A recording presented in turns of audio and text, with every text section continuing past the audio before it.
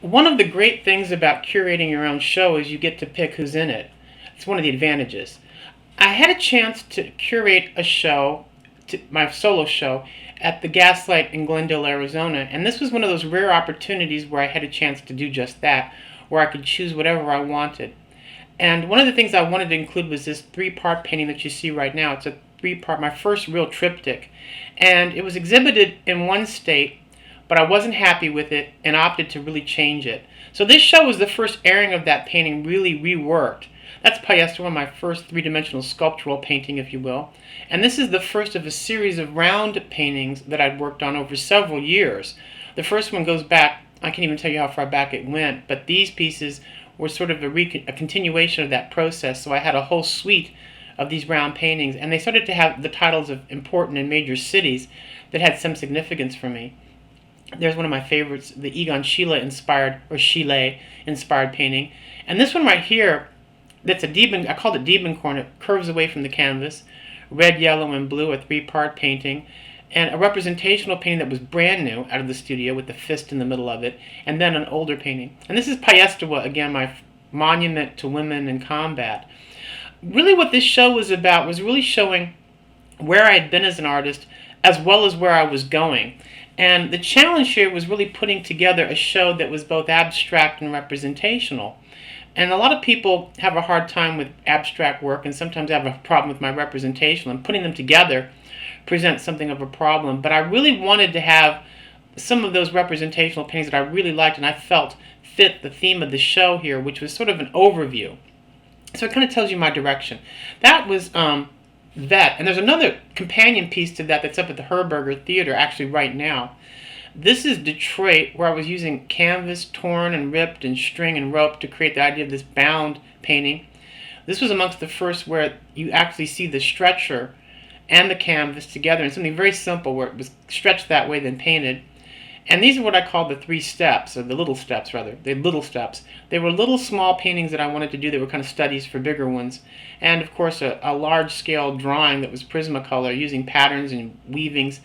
So they all were pretty tightly connected to some other pieces that you don't see here. And the space was really great. The owner of the hotel happened to have this space available, and thanks to the good people at the city of Glendale, and particularly with Justine Cornelius, she was really an advocate of the work and really suggested that I be shown here.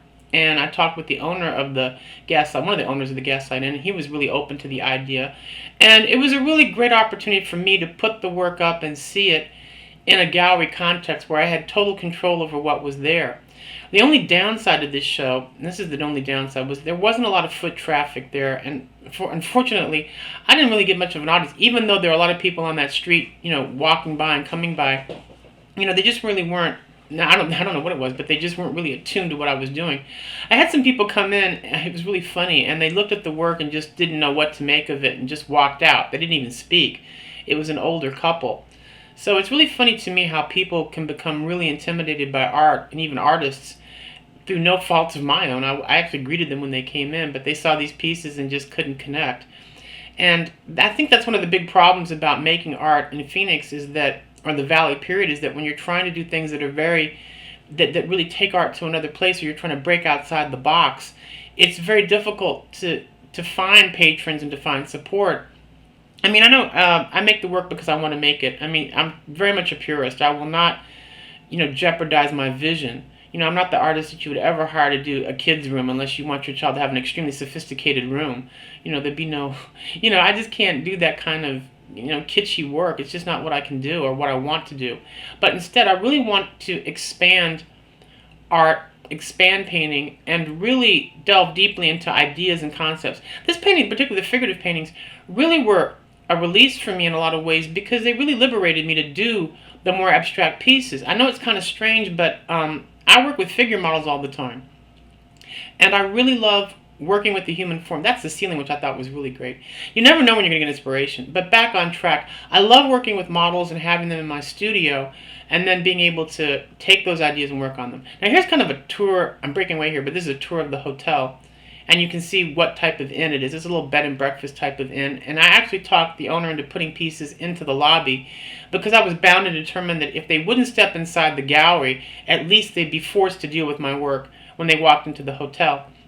That was my vision, and I didn't say it that way to the owner, but he was really, I mean, he was just so easy to work with about that he agreed to it, and I loved having these pieces out there. And he even thought the pieces would be a really great backdrop, particularly this one coming up. Not that one, but that's another one. You can see the side there where it curves. It shapes kind of like a headrest and then tapers to the bottom. That was something I thought was really innovative, and it was considered a flaw. This is the one, woven, where it's hard to see, but each one of those squares is a piece of canvas woven. And there was actually a painting underneath this. So I painted each square individually after it was stretched to create this pattern. And the owner thought it was a really great backdrop. And there's a TV, and they had like a band up there, and musicians playing, and that was kind of working as a backdrop. And I thought the work was kind of an arresting combo, because you have this very kind of conservative, very, traditional type of space, and here are these really, abstract paintings hanging right in the middle of it. But I like the yin and yang of it. I like the pull of it, the idea of having something on the wall that's just so different from what's going on in the rest of the room. And I thought they worked relatively well because there was so much space around them. They had room to breathe. They weren't jammed on top of each other, because I hate going to shows where paintings are like jammed on top of each other. I like the idea of them having space. And I really like the idea of trying to bring contemporary art to an audience that might not otherwise see it. But there are problems with that too. It's really the support. I mean, it was just, it was really kind of disheartening when you put that much of yourself into your work and there's no audience and there's no real buyers or patrons. And it's a problem that I think everybody's running into in Arizona, maybe obviously in other parts of the country too, with the economy. In fact, the galleries of Scottsdale are actually closing down. I was informed that 4 of them closed in just 1 month. And the galleries in Phoenix have been really, it's kind of a hit or miss deal there. And so what a lot of us are doing are looking at places like the Gaslight, or looking at, there it is, the Gaslight Inn, looking at unusual or businesses that might be conducive to showing art and seeing if we can somehow find the patronage and support. But it's a real uphill battle. I mean, again, I do the work, I would do the work no matter what. I mean, to borrow a phrase from Lady Gaga, I know this is a strange quote, but she said something I thought was really quite profound, because someone asked her, well, if you weren't making all this money, if you weren't successful, would you be doing, what would you do? And she said, I'd be doing the same thing, I just wouldn't be making a lot of money doing it. And I thought that was such a perfect answer, because, when you make art, you do it for the love of making art. You don't do it because you want fame and money.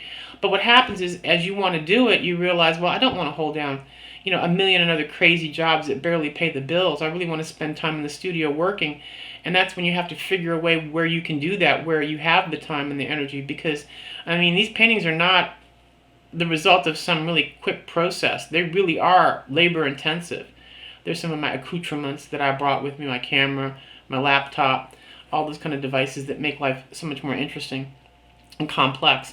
But getting back to the work, you create the work, you do it because you love it, you want to expand art, you want to grow, you want to do more things, you want to say more things and come up with interesting ways to say them. But you need time and you need money and you need support to do it. And so usually what happens is most people wind up teaching, and I love teaching, don't get me wrong, I would teach no matter what. The thing is, if you get too caught up in teaching where you do it full time, you become so wrapped up in that you don't have any time for your work. Or you hold down some kind of crazy job like I've done, and you still don't have time for your work. And so the work becomes sort of this passion that you have to deal with. And it's just real problematic, and it's very frustrating, particularly when people tell you, I love the work and it's brilliant, it's new, it's different. Why aren't you, why isn't this happening or why isn't that happening? And, I really don't have an answer. But it wasn't for lack of trying. In fact, I'm out in a couple of other shows getting things out there. But getting back to the work, which is the gist of all of this, is that I really want to take canvas to other levels. In fact, one of the things I wanted to do, and probably will do, is do a performance piece that's connected to the canvas and poetry, where each piece would have its own companion poem, and I would perform, and it would be costumes, and it would just be this more elaborate type of presentation. And I envisioned doing it with like white, and actually having a costume connected to the painting that would have to do with canvas. Because I love fiber. I've always loved fiber art, and that's been a huge influence too. Fiber art, almost every sculptor I've ever seen from Rodin. Anyhow, if you want to see more or hear me ramble on about the work, which I love to do, that's the problem, knowing when to stop. You can visit my website at behrmannart.com and you can see more work. Thank you for this little discourse and a little bit of a diatribe on making art in Arizona. Have a great day, and thank you for taking the time and listening.